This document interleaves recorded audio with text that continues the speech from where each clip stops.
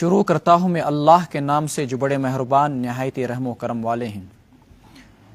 آپ کو اس سے پہلے میں نے سورہ احقاف کے ذیل میں ایک واقعہ سنایا تھا، اس واقعے کا ہلکے سے میں اعادہ کر دیتا ہوں تاکہ اس صورت کا شان نزول اور پس منظر آپ کے ذہن میں رہے۔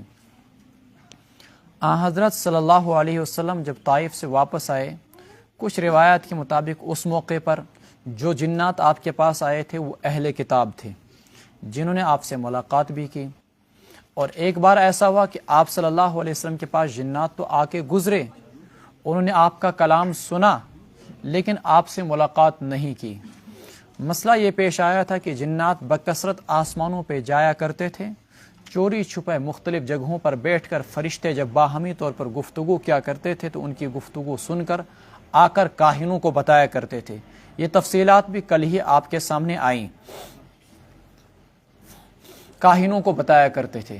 بہرحال جب قرآن کریم کا نزول شروع ہوا تو جنات کی آسمانوں پر آمد و رفتر بین لگ گئی، اور اگر کوئی بھی جناتوں میں سے کوئی جن آسمانوں پہ چلا جاتا، شیاطین میں سے کوئی شیطان آسمانوں پہ چلا جاتا، تو اللہ تعالیٰ نے چوکی دار محافظ فرشتے آسمانوں پر طے کر دیے تھے جو ان کا پیچھا کرتے، اور اسی طریقے سے کچھ شعلے اور انگارے متعین کر دیے تھے جو ان آسمان پر جنات جانے والے جناتوں کو بھسم کر کے رکھ دیتے، ختم کر کے رکھ دیتے اور ان کا پیچھا کرتے۔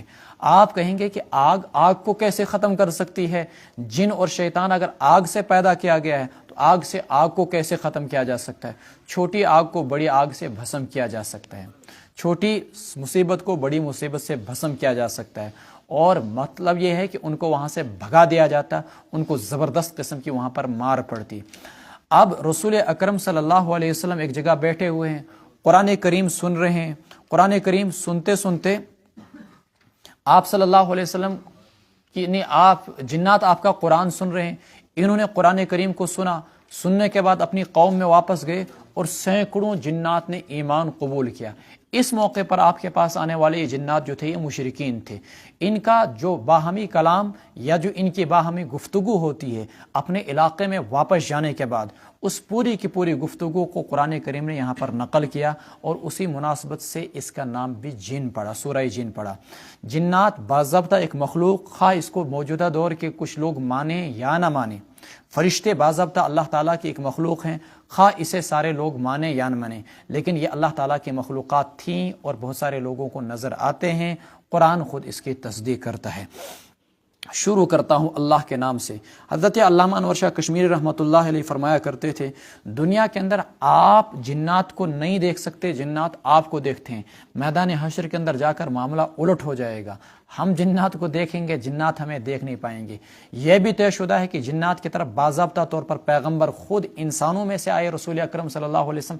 کچھ علماء کا یہ کہنا ہے کہ نہیں، جنات کی طرف جو پیغمبر آئے وہ جنات ہی میں سے آئے تھے، لیکن راجح یہی ہے کہ جنات کی طرف جو پیغمبر آیا کرتے تھے وہ انسانوں ہی میں سے آیا کرتے تھے۔ یہ بھی طے شدہ ہے کہ جنات میں سے جو اللہ تعالیٰ کی نافرمانی کریں گے وہ جہنم کے اندر جائیں گے۔ اس میں تھوڑا بہت اختلاف ہے کہ جنات میں جو مطیع و فرما بردار ہوں گے کیا وہ جنت کے اندر جائیں گے، تو راجح قول یہی ہے کہ وہ جنت کے اندر جائیں گے، اگرچہ کچھ لوگوں کا یہ کہنا ہے کہ نہیں، ان کو مٹی بنا دیا جائے گا۔ شروع کرتا ہوں اللہ کے نام سے جو بڑے مہربان نہایت رحم و کرم والے ہیں۔ قل، اے پیغمبر صلی اللہ علیہ وسلم آپ کہہ دیجئے، اوحی الیہ، میری جانب یہ رب العالمین کی جانب سے پیغام بھیجا گیا، وہی اتاری گئی، انہ استمع نفر من الجن، کہ جنات کی ایک جماعت نے سنا اس قرآن کو، فقالوا، پھر انہوں نے آپس میں گفتگو کی، تذکرہ کیا، انا سمعنا قرآنا عجبا، ہم نے عجیب و غریب قرآن سنا، یہدی الی الرشد، جو سیدھی راہ دکھلاتا ہے، فآمنا بھی، ہم نے اس پر ایمان لایا، ولن نشرک بربنا احدا، اور ہم اپنے رب کے ساتھ کسی کو شریک نہیں ٹھہراتے، وَأَنَّهُ تَعَالَى جَدُّ رَبِّنَا، اور یہ کہ ہمارے رب کی بزرگی بہت بلند و بالا ہے۔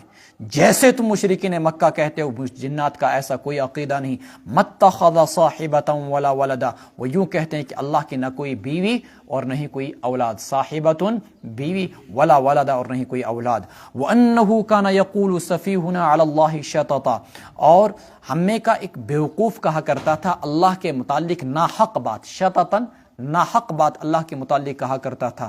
وَأَنَّا ظَنَنَّا أَلَّا تَقُولَ الْإِنسُ وَالْجِنُّ عَلَى اللَّهِ كَذِبًا, اور ہم نے یہ خیال کر لیا تھا أَلَّا تَقُولَ الْإِنسُ وَالْجِنُّ, کہ ہرگز نہیں کہ کہیں گے جنات و انسان اللہ کے متعلق جھوٹ. وَأَنَّهُ كَانَ رِجَالٌ مِّنَ الْإِنسِ يَعُوذُونَ بِرِجَالٍ مِّنَ الْجِنِّ فَزَادُوهُمْ رَهَقًا, اور یہ کہ انسانوں میں کی ایک جماعت جنات میں سے کچھ لوگوں کی پناہ مانگا کرتے تھے. فَزَادُوهُمْ رَهَقًا, اس سے ان کی سرکشی میں مزید اضافہ ہو گیا. زمانہ جاہلیت کے اندر جب مشرکین بیابانوں کا اور جنگلات کا سفر کیا کرتے تھے تو وہاں پر وہ ایک جملہ کہا کرتے تھے, اعوذ بسید هذا الوادی من سفہاء قومہ. کہتا ہے وہ سمجھ, اعوذ بسید هذا الوادی, اس وادی کا جو جن سردار ہے ہم اس کی پناہ چاہتے ہیں اس کی قوم کے بیوقوف جنوں سے کہ وہ ہمیں کسی بھی قسم کی کوئی اذیت پہنچائیں. تو بجائے اس کے کہ اللہ کی پناہ مانگتے, بجائے اس کے کہ اللہ کی حفاظت میں جاتے, وہ جنوں کے سردار کی حفاظت میں جاتے. اس چیز کے ذریعے سے جنوں کے اندر مزید تعلی, تکبر اور سرکشی آ گئی. اور شیطہ تھتی تا بلند کہ انسان چھ سائیں حفاظت سائیں سیکورٹی سانڈن. تو اسی پر اللہ تبارک و تعالیٰ نے کہا کہ اس بات نے, تمہاری اس حرکت نے جنات کی سرکشی کے اندر اضافہ کر دیا. وَأَنَّهُ كَانَ رِجَالٌ مِّنَ الْإِنسِ, انسانوں میں کے کچھ لوگ وہ جنات میں سے کچھ لوگوں کی پناہ مانگا کرتے تھے. فَزَادُوهُمْ رَهَقًا, اس نے ان کی سرکشی میں اضافہ کر دیا. وَأَنَّهُمْ ظَنُّوا كَمَا ظَنَنْتُمْ, اور ان کا بھی وہی خیال تھا جیسا کہ تمہارا خیال, اللہ ہرگز کسی کو نہیں اٹھائیں گے, زندہ کریں گے. أَلَّن يَبْعَثَ اللَّهُ أَحَدًا, یہ گمراہ کن عقائد جس میں اشتراک تھا انسانوں اور جنات کے اندر. انسانوں میں سے جو لوگ مشرک تھے, انسانوں میں سے جو لوگ خدا کے نافرمان یا خدا کے نہ ماننے والے تھے, کچھ عقائد ایسے تھے جو جنات اور انسانوں کے ملا کرتے تھے, کچھ عقائد ایسے تھے جو نہیں ملا کرتے تھے. جن عقائد میں اشتراک تھا ان میں سے ایک یہ کہ وہ بھی بعث بعد الموت کے قائل نہیں تھے, جیسے کہ انسان بعث بعد الموت کے قائل نہیں ہے. وَأَنَّا لَمَسْنَا السَّمَاءَ, لَمَسَ يَلْمِسُ لَمْسًا کے مناتے ہیں چھونا, ہاتھ لگانا, ٹٹولنا, اور یہ کہ ہم نے آسمان کو ٹٹولا. فَوَجَدْنَاهَا, وہ جو چیز میں نے آپ کو شان نزول ابھی بتایا, آسمانوں پہ گئے تاکہ وہاں سے خبریں سنیں, وہاں سے ان کو جو مار پڑی بھگا دیا گیا.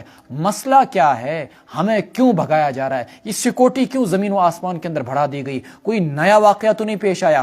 فوجدناہا, پس پایا ہم نے آسمان کو, مولیت حرسن, حارسن کی جمع کہ وہ بھر دیا گیا ہے پہرے داروں سے, شدیدن سخت ترین پہرے داروں سے, وشہبن اور آگ کے شعلوں سے.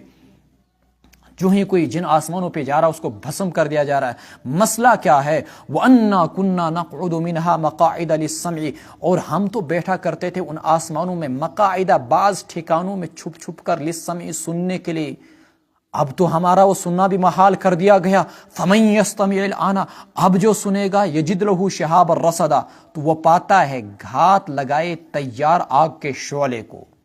شہابن جمع شہب, آگ کے شعلے اور انگارے کو پاتا ہے تیار, رصدن گھات لگائے. جو ہی کوئی جن اوپر گیا فوراً جلا کر اس کو بھسم کر دیتا ہے, پتہ بھی نہیں لگتا کہ وہ کہاں سے آگ کا شعلہ اس پر آ گرتا ہے.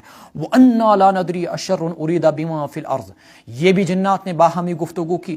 یوسی سیکورٹی نظام آؤ ٹائٹ کرنا اور آسمانوں پر جانا بند کر دیا گیا, اس کے پیچھے مسئلہ کیا ہے؟ کیا زمین والوں کے ساتھ اللہ تبارک و تعالیٰ نے کسی بھلائی کا ارادہ کیا ہے, یا زمین والوں کو اللہ تبارک و تعالیٰ ختم اور فنا کرنا چاہتے ہیں؟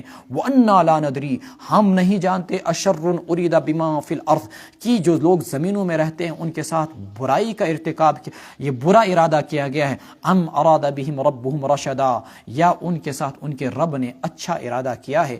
وَأَنَّا مِنَّا الصَّالِحُونَ, جنات کے اندر بھی اچھے اور برے ہوتے ہیں. وَأَنَّا مِنَّا الصَّالِحُونَ, اور یقیناً ہم میں بھی کچھ لوگ نیک ہیں. وَمِنَّا دُونَ ذَلِكَ, اور ہم میں سے کچھ اس کے سوا ہیں, یعنی جو نیک نہیں ہیں.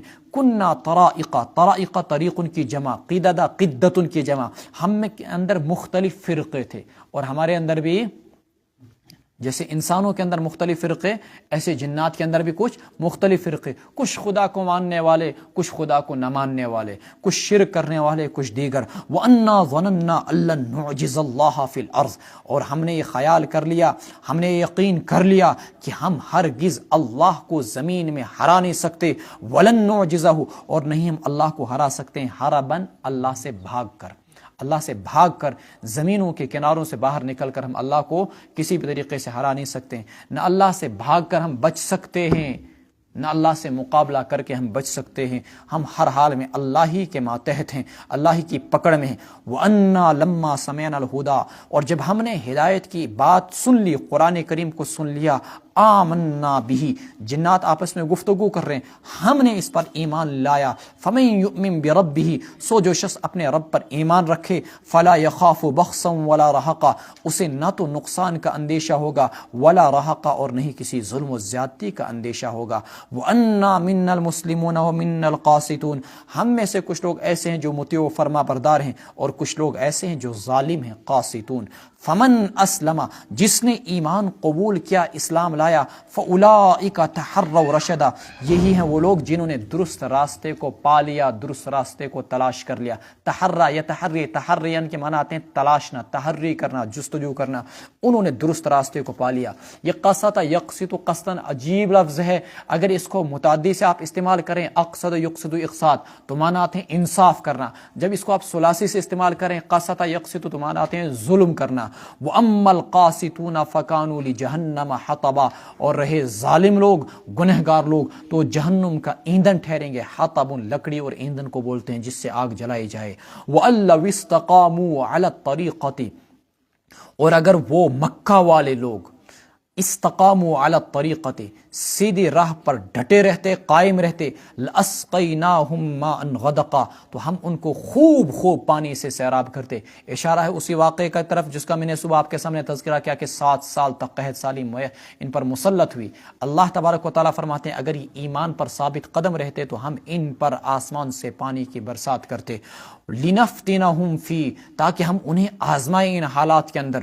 ومن یعرض عن ذکر ربہ, جو بھی اپنے رب کے ذکر و نصیحت سے اعراض اور بے رخی برتے گا, یسلکہ عذابا صعدا, اللہ اس کو سخت ترین عذاب میں داخل کریں گے. وان المساجد للہ, اور مسجدیں اللہ ہی کے لیے ہیں. فلا تدعوا مع اللہ احدا, اللہ کے ساتھ کسی کو نہ پکارنا. وانہ لما قام عبد اللہ, اور یہ کہ جب اللہ کا بندہ کھڑا ہو جاتا ہے, یدعوہ, اللہ کو پکارنے کے لیے, اللہ کی عبادت کرنے کے لیے, کادو یکونون علیہ لبدا, یوں لگتا ہے کہ وہ ٹوٹ پڑنے کے لیے ان پر گروہ در گروہ تیار ہو جاتے ہیں.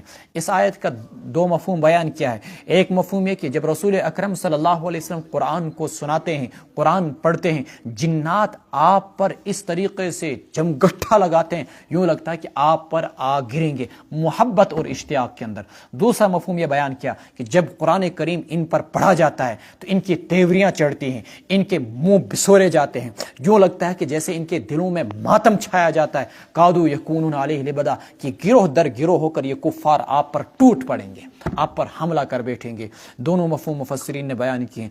قل انما ادعو ربی, آپ کہہ دیجئے تمہارے منہ بسورنے سے, تمہاری تیوڑیاں چڑھانے سے, تمہارے بل چڑھانے سے میں اپنے رب کے قرآن کی دعوت و تبلیغ سے باز نہیں آ سکتا. میں پکارتا ہوں اپنے رب کو تنہا, اور میں اس کے ساتھ کسی کو شریک نہیں کرتا ہوں. ولا اشرک بہ احدا قل انی لا املک لکم ضرا ولا رشدا, اے پیغمبر صلی اللہ علیہ وسلم آپ کہہ دیجئے میں نہیں تمہارے لیے کسی نفع و نقصان کا مالک, ولا رشدا, اور نہیں کہ ہدایت کا مالک. قل انی لن یجیرنی من اللہ احدا, آپ کہہ دیجئے لن یجیرنی من اللہ احدا, ہرگز مجھے کوئی اللہ سے نہیں بچا پائے گا. اس مضمون کو غور سے دیکھے گا. جب نیچے کچھ بدعتی لوگ اسی مضمون کے ذریعے سے اللہ کے رسول صلی اللہ علیہ وسلم کے لیے علم غیب کو ثابت کریں گے, اگر انہیں ایک ایسی آیت کے ذریعے سے جو مجمل ہے, جو مبہم ہے, اس کے ذریعے سے ان کو علم غیب نظر آتا ہے, کیا ان آیات کے ذریعے سے ان کانوں کو یہ نظر نہیں آتا ہے کہ اللہ تبارک و تعالیٰ کے سوا کوئی مختار کل نہیں, کوئی نفع و نقصان کا مالک نہیں؟ لیکن یہ وہ آیت آیت من نظر رکھیں, اک مبہم تو مجمل آیت آیت نظر, اسی کو بولتے ہیں مطلب کی آیتیں قرآن کے اندر نکالنا. یبغونہا عوجا, وہ قرآن کے اندر خامیاں اور کجیوں کو تلاشتے ہیں اور اس کے ذریعے سے اپنے شرک کو ثابت کرتے ہیں.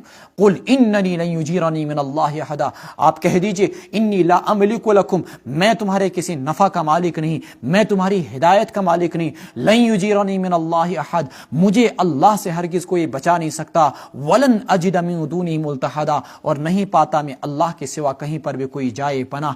الا بلاغا من اللہ ورسالاتی, مگر میرا کام کیا ہے؟ بلاغم من اللہ, اللہ کے پیغام اور اللہ کی بات کو صاف صاف پہنچا دینا. بلاغن پیغام خداوندی کو پہنچا دینا، وہ رسالاتی اور اللہ کی باتوں کو صاف صاف پہنچا دینا۔ ومن یعص اللہ، یہی میرا کام ہے، ومن یعص اللہ ورسولہ، جو اللہ اور اس کے رسول کی نافرمانی کرے گا، فإن له نار جہنم خالدین فیہا ابدا، اس کے لیے دوزخ کی آگ ہوگی، وہ اس میں ہمیشہ ہمیشہ رہیں گے۔ حتی اذا رأوا ما یوعدون، تاکہ جب وہ دیکھیں گے اس عذاب کو جس کا ان سے وعدہ کیا جاتا تھا، جس کی انہیں دھمکی دی جاتی تھی، فسیعلمون، تب انہیں پتہ چل جائے گا کہ پیغمبر کو کہا کرتے تھے تم اور تمہاری جماعت کمزور، پیغمبر کو کہا جاتے تھے تم تو گنتی کے 4 آدمی ہو، مکہ کے اتنے لاکھوں ہزاروں لوگوں سے کیا مقابلہ کرو گے؟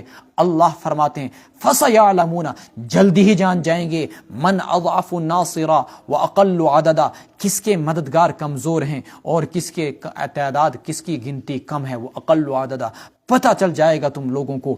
قل ان ادری اقریب ما توعدون ام یجعل له ربی امدا، آپ کہہ دیجئے ان کے معنی آتے ہیں نہیں، میں نہیں جانتا، اقریب ما توعدون، کہ قریب ہے وہ چیز جس کا تم سے وعدہ کیا جاتا ہے، ام یجعل له ربی امدا، یا رب العالمین نے اس عذاب کے لیے کوئی لمبی مدت مقرر کر رکھی ہے، امدا لمبی مدت، یجعل مقرر کر رکھی۔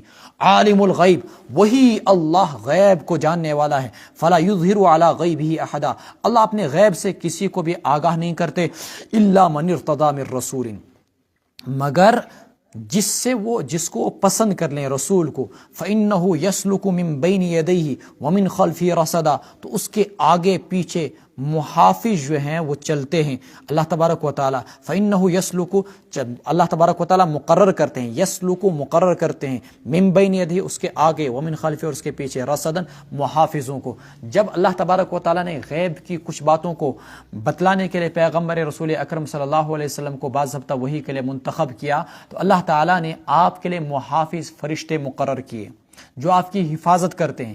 اس آیت کے اندر صرف یہ چیزیں بتلائی گئی کہ رسول اللہ صلی اللہ علیہ وسلم کو غیب کی کچھ چیزیں بتلائی گئی۔ دیکھیں، ایک ہے غیب کی کچھ چیزیں بتلانا، ایک ہے عالم الغیب ہونا۔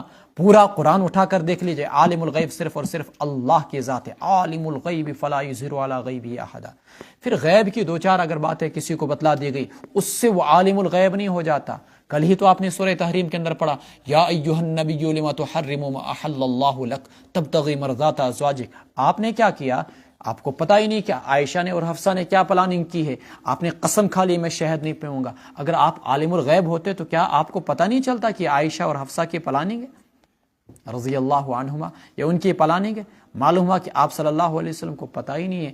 ہاں، بہت ساری چیزیں رسول اکرم صلی اللہ علیہ وسلم کو بتلائی گئی، علم اتنا دیا گیا کہ کائنات میں اتنا علم کسی کو نہیں دیا گیا، لیکن عالم الغیب چیزیں دیگرے است، وہ ایک دوسری چیز ہے، وہ اللہ تعالیٰ کی صفت ہے۔ اللہ تعالیٰ کی صفت میں رسول کو شریک ٹھہرانا یہ صفاتی شرک کہلاتا ہے۔ اللہ اپنی ذات میں بھی وحدہ لا شریک اور صفات میں بھی وحدہ لا شریک ہے۔ جیسے کہ آپ کو میں نے مثال سے بتایا تھا، اگر ہم میں سے کسی شخص کو 2-4 نسخے پتہ چل گئے، ہے پریسٹامول چھ کل دائدس لگن، ہے ڈولو چھ بخارس لگن، یا فلانی سپراڈون چھ یہ دودس لگن، ہوش یاد ہے، کیا صبح وہ ڈاکٹر؟ 4 دوائیاں جاننے سے کوئی انسان ڈاکٹر نہیں بن سکتا۔ تو اگر کسی کو غیب کی 4 باتیں معلوم ہوگی تو وہ کیا اس صورت میں عالم الغیب ہو گیا؟ عالم الغیب اللہ کی ذات ہے۔ لِيَعْلَمَ أَن قَدْ أَبْلَغُوا رِسَالَاتِ رَبِّهِمْ وَأَحَاطَ بِمَا لَدَيْهِمْ وَأَحْصَىٰ كُلَّ شَيْءٍ عَدَدًا، تاکہ اللہ تعالیٰ اس چیز کو جان جائے کہ انہوں نے، ان پیغمبروں نے اپنے رب کے پیغامات کو پہنچایا۔ وَأَحَاطَ بِمَا لَدَيْهِمْ، اللہ نے ان کے حالات کا احاطہ کر رکھا ہے۔ وَأَحْصَىٰ كُلَّ شَيْءٍ عَدَدًا، ہر چیز کی گنتی کر رکھی، احصا ہر چیز کو شمار کر رکھا ہے، گن گن کر، عددا سب کچھ اللہ کے علم، اللہ کے علم سے باہر کوئی بھی چیز نہیں۔ بسم اللہ الرحمن الرحیم۔ سورہ مزمل مکہ مکرمہ میں نازل ہوتی ہے، اس میں 20 آیتیں اور 2 رکوع ہیں۔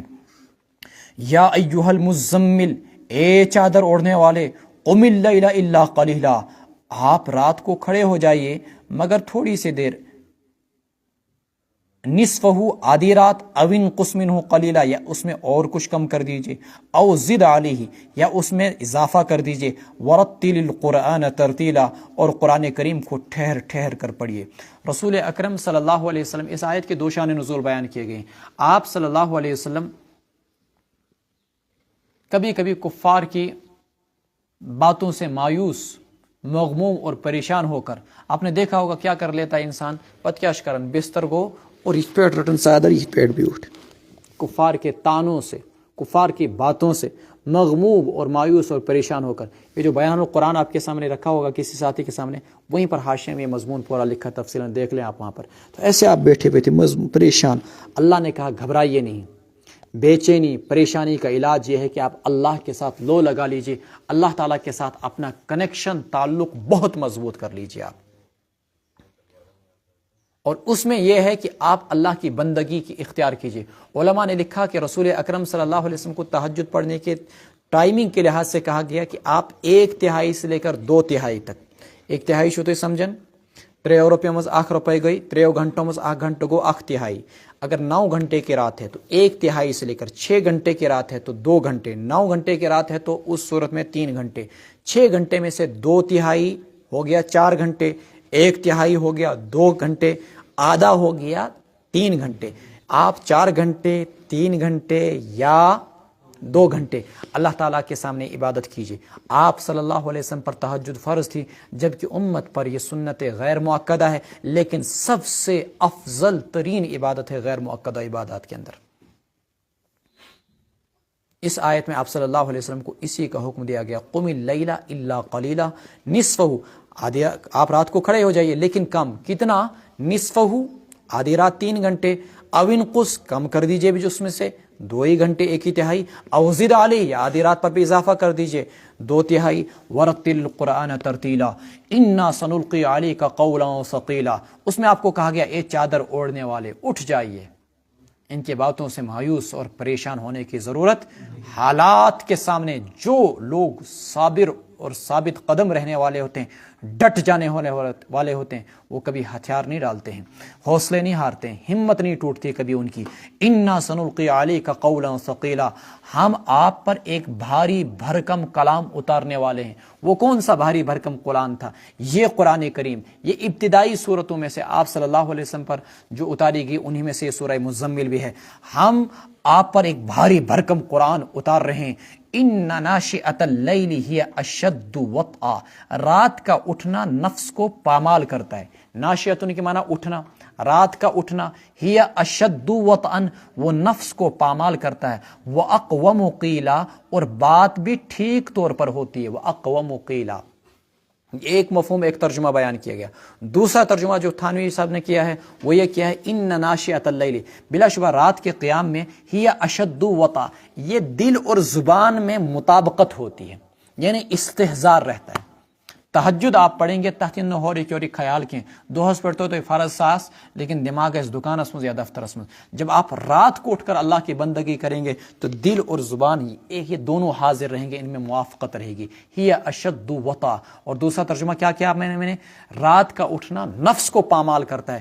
کیوں نفس کو کیسے پامال؟ صبح شس حروتن سہلا سن نیندر ترایت, اس سے نفس پامال ہوتا ہے اور انسان کو اللہ تعالیٰ کی بندگی کرنے کا ثواب اور موقع ملتا ہے. اس لیے کہ اصول یہ ہے کہ الثواب بقدر المشقہ, ثواب انسان کو بقدر مشقت ملتا ہے. جتنی مشقتیں اتنا ہی زیادہ ثواب.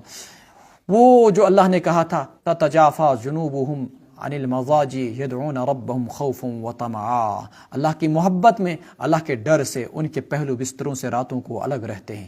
ان لک فی النہار سبحا طویلا, دل واقوم قیلا, اور بات بھی زبان سے صحیح طور پر نکلتی ہے. ان لک فی النہار, آپ کے لیے دن میں سبحا طویلا, بہت سارے کام ہوتے ہیں. سبحا طویلا, بہت سارے, ہاں یہاں تسبیح ترجمہ نہ کر دیجیے گا, بلکہ کیا ہوتے ہیں بہت سارے, یعنی دن میں بہت ساری مصروفیات, لوگوں کو پڑھانا, لوگوں کے ساتھ ملنا, باقی گھریلو کام, ساری کی ساری چیزیں. لیکن رات کے اندر انسان فارغ ہو جائے, فَإِذَا فَرَغْتَ فَانصَبْ وَإِلَىٰ رَبِّكَ فَارْغَب. قرآن کریم کو ٹھہر ٹھہر کر پڑھیے, یعنی قرآن کو اس انداز کے ساتھ, تیزی کے ساتھ نہ پڑھا جائے قرآن کریم کو کہ قرآن کے حروف کٹ جائیں, قرآن کے مخارج کی ادائیگی نہ ہو سکے, ادائیگی کی رعایت نہ ہو سکے. اتنا تیز قرآن پڑھنا درست نہیں ہے. قرآن کو ٹھہر ٹھہر کر انسان کو پڑھنا چاہیے. تاڑ تبڑ گاڑ گبڑ گس نے گسن کی تھی. وَاذْكُرِ اسْمَ رَبِّكَ, آپ اپنے رب کا نام لیجئے, آپ اپنے رب کا ذکر کیجئے. وَتَبَتَّلْ إِلَيْهِ تَبْتِيلًا، سب سے بے تعلق ہو کر اسی کی طرف متوجہ ہو جائے۔ تبتل کے معنی آتے ہیں انسان کنارہ کش ہو جانا۔ اصلی عربی زبان میں استعمال ہوتا تھا کس چیز کے لیے؟ کہ ہم نے رسول اکرم صلی اللہ علیہ وسلم سے اجازت مانگی تبتل کے سلسلے میں، نکاح تے کرو نا، اپنے آپ کو خصی کر دیں گے، شادی بھی نہیں کریں گے، راتوں کو عبادت کریں گے، دن کو روزہ رکھیں گے، جہاد کریں گے، اور دنیا سے کچھ لینا دینا نہیں رکھیں گے، نہ تجارت کریں گے، نہ کھیتی باڑی کریں گے، نہ شادی بیاہ کریں گے، نہ بیوی بچے رکھیں گے۔ شریعت میں اس کی چیز کی اجازت نہیں دی کہ منع کر دیا گیا تبتل سے۔ لیکن یہاں پر تبتل کا ایک خاص مفہوم، جب آپ اللہ کی بندگی کریں تو اس وقت آپ سب سے کٹ کر اللہ ہی کی طرف متوجہ ہو جائیے۔ وَتَبَتَّلْ إِلَيْهِ تَبْتِيلًا، نہ کہ وہ والا رسمی تبتل۔ رب المشرق والمغرب، مشرق کا رب وہ اللہ، مغرب کا رب وہ اللہ، لا الہ الا ہو، نہیں کوئی معبود بس صرف وہی اللہ، فاتخذوا وکیلا، اے محمد صلی اللہ علیہ وسلم اسی کو آپ کارساز بنائیے۔ وَاصْبِرْ عَلَى مَا يَقُولُونَ، آپ صبر کیجئے ان کی ان باتوں پر جو وہ کہہ رہے ہیں۔ وَاهْجُرْهُمْ هَجْرًا جَمِيلًا، اور خوبصورتی سے ان سے الگ ہو جائیے۔ علاج یہی ہے، کاشر پر ونن دبن یہ پوشت ہے کہ تو چلتے ہے کہ جب یہ آپ کو ستاتے ہیں، دین کا استہزاء، آپ کی ذات کا مذاق اڑاتے ہیں، تو کم سے کم ایسا کیجئے کہ آپ خوبصورت انداز میں لڑے جھگڑے بغیر ان سے الگ اور دور اور کنارہ کش ہو جائیے۔ وَذَرْنِي وَالْمُكَذِّبِينَ أُولِي النَّعْمَةِ، مجھے اور جھٹلانے والوں کو چھوڑ دیجئے جنہیں کہ عیش و آرام دیا گیا، اولی النعمت، وَمَهِّلْهُمْ قَلِيلًا، انہیں میں خود ہی دیکھ لوں گا، مَهِّلْهُمْ قَلِيلًا، ان کو تھوڑی سی مہلت دے دیجئے، ہم ان کا خود علاج کریں گے، آپ کا مسئلہ ہی نہیں، ان کا مسئلہ ہم خود ٹھیک کریں گے۔ ان لدینا انکالا وجحیما، ہمارے پاس انکالن بیڑیاں ہیں، وجحیمن اور آگ ہے دوزخ کی، وطعامن ذا غصہ اور گلے میں اٹکنے والا کھانا ہے، ذا غصتن کھانا ہے، وعذابن علیما اور سزا یہ المناک درد دینے والے عذاب ہے۔ یوم ترجف الارض والجبال، جس دن پہاڑ کانپ اٹھیں گے، زمین کانپ اٹھے گی، وکانت الجبال کثیبا مہیلا، اور پہاڑ ریت کے ٹیلے ہو جائیں گے۔ پہاڑ ریت کے ٹیلوں کو کیا ہوا آئی اور اٹھا کے وہاں سے وہاں اٹھا کے پٹک کر دیا، ایسے ہو جائیں گے، کثیبا مہیلا، ریت کے ٹیلے ہو جائیں گے۔ انا ارسلنا الیکم رسولا، اے لوگو ہم نے تمہاری طرف ایک پیغمبر بھیجا، شاہدن علیکم، تمہارے اوپر گواہ بنا کر، کما ارسلنا الی فرعون رسولا، جیسے کہ ہم نے فرعون کی طرف پیغمبر کو بھیجا تھا۔ بار بار سو ونن، یہ چھنا صرف مکہ کافر مخاطب کی تھی، یہ چھو ازک چائنا، ازک انڈیا، ازک امریکہ، ازک رشیا، پول عالم کفر مخاطب، اور سب کو کہا جا رہا ہے کہ اس پیغمبر کو ہم نے تمہاری طرف ایسے بھیجا جیسے پچھلے زمانے کے ایک سپر پاور طاقت فرعون کی جانب حضرت موسیٰ علیہ السلام کو بھیجا گیا تھا۔ چونکہ قرآن قیامت تک کے انسانوں کے لیے ماشاءاللہ راہ ہے۔ فعصا فرعون الرسول، سو فرعون نے رسول کی نافرمانی کی، فاخذناہ اخذا وبیلا، وبیلا کی معنی آتے ہیں سختی کے ساتھ، سو ہم نے ان کو سختی کے ساتھ پکڑا۔ فکیف تتقون ان کفرتم، کیسے بچ پاؤ گے تم اگر تم نے انکار کیا اس دن کا جو کہ بچوں کو بوڑھا بنا کر چھوڑ دے گا۔ یوم یجعل الولدان شیبا، قیامت کا دن کتنا بھیانک ہوگا۔ قرآن کے اندر ایسی آیات جو اس مضمون کو بیان کرتی ہیں، ان میں سے یہ بھی ایک زبردست قسم کی آیت ہے کہ قیامت کی سختی سمجھنے کے لیے یہ چیز جان لیجئے کہ بچے بوڑھے ہو جائیں گے قیامت کے دن۔ حالانکہ بچہ بوڑھا ہوتا ہے، لیکن مارے غم کے، مارے پریشانی کے بچے بھی بوڑھے ہو جائیں گے۔ اتنا خطرناک اور بھیانک ہوگا قیامت کا دن۔ اور پیچھے آپ نے پڑھا تھا یوم ترونہا تذہل کل مرضعۃ عما ارضعت، مائیں اپنے بچوں کو بھلا بیٹھیں گی، وتضع کل ذات حمل حملہا، حمل والے جانوروں اور عورتوں کے حمل گر جائیں گے۔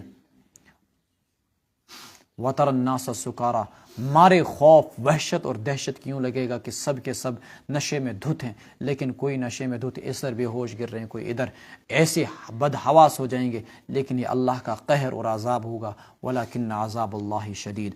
السماء منفطر بہ، آسمان اس دن پھٹ جائے گا، کان وعد مفعولا، یہ اللہ کا وعدہ ہے جو پورا ہو کر رہے گا۔ ان ھذہ تذکرہ، یہ قرآن ایک نصیحت ہے، فمن شاء اتخذ الی ربہ سبیلا، سو جو شخص چاہے اپنے رب کی طرف نصیحت کی راہ اختیار کر لے۔ ان ربک یعلم، یقیناً آپ کے رب جانتے ہیں، انک تقوم ادنی من ثلثی اللیل، آپ کھڑے ہوتے ہیں ادنا من ثلثی اللیل، رات کے 2/3 سے کم، ونصفہ اور اسی طریقے سے کہ قریب قریب، اور اسی طریقے سے ادنا کا ترجمہ قریب قریب کر لیجئے آپ، ونصفہ اور اسی طریقے سے آدھی رات کو، وثلثہ اور آپ رات کے 1/3 حصے میں بھی کھڑے ہوتے ہیں۔ اور کون لوگ کھڑے ہوتے ہیں؟ طائفۃ من الذین معک، اہل ایمان میں کی ایک جماعت، طائفۃ من الذین معک، جنہوں نے آپ کے ساتھ ایمان لایا وہ بھی۔ واللہ یقدر اللیل والنہار، اللہ ہی دن اور رات کے وقت کو متعین کرتے ہیں۔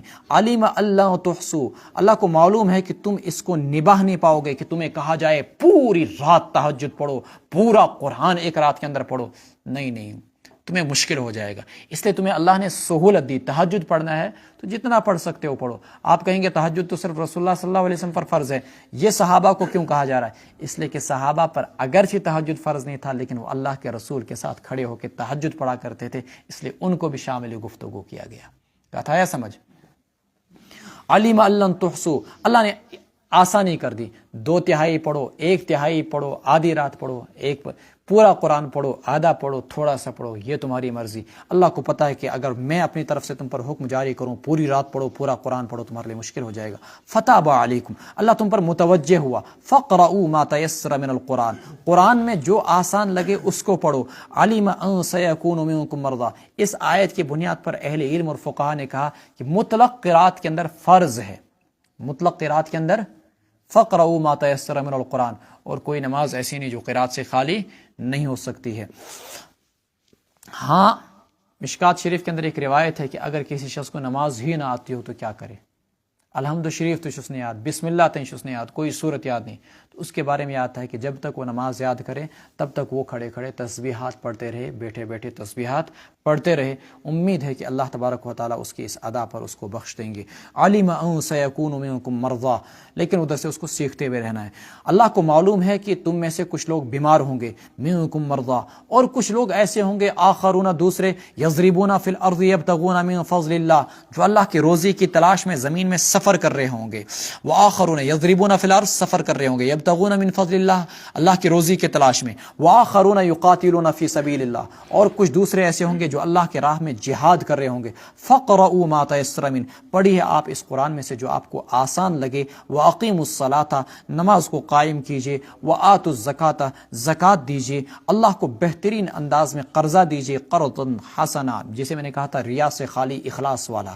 وما تقدموا لانفسکم من خیر تجدوہ عند اللہ، تم جو کچھ اپنے لیے آگے بھیجو گے نیکی میں سے، تم اس نیکی کو پاؤ گے اللہ کے یہاں، تجدوہ عند اللہ، کیا بعین ہی ویسی نہیں، ہوا خیرہ، وہ اس سے 1000 گنا بہتر، خوب سنور سج کر تمہارے سامنے آئے گی، اور اجر میں بڑھ کر، وَأَعْظَمَ أَجْرًا وَاسْتَغْفِرُ اللَّهَ، اللہ سے معافی مانگو، ان اللہ غفور رحیم، اللہ بخشنے والے، اللہ بڑے مہربان ہیں۔